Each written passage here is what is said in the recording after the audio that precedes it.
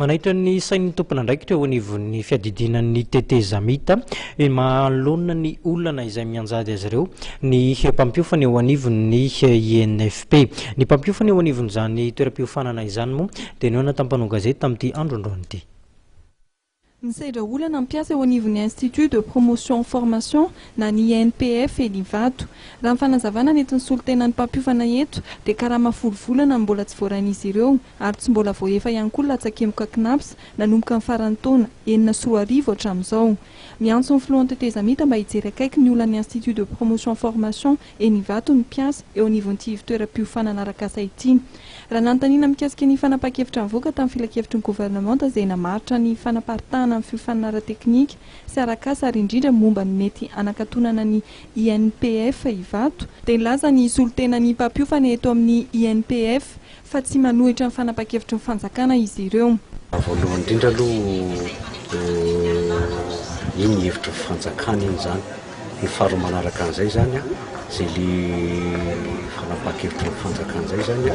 mba tianay zany ny fanjakana andray andraikitra aloha amin'izao fotoana izao le faorina mahazoana eto amin'ny Inpf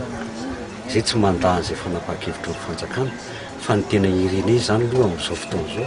dia manao antso ava amin'ny filohan'ny tetezamita zay zay andrandrainay zany amany olana eto amin'ny Inpf zay efa oraika amby folovolana zay tsy nandray karama intsony mangany fotsiny ny knapta zany tsy voaloha hatramin'ny 2006 4e trimestre hatramin'izao tsika miteniteny zao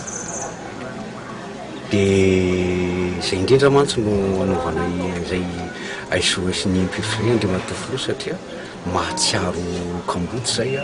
ny vady aman-janaka efa mila tsinankanina ntsony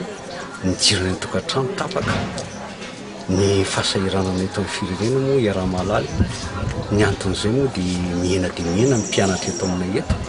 ka zay indrindra andry matofoloha no antony antso avo mba ho tonga any am-potsofinao mihitsy mba hiditra mitsehatra amin'ny famahanany ilanay eto amin'ny Inpf.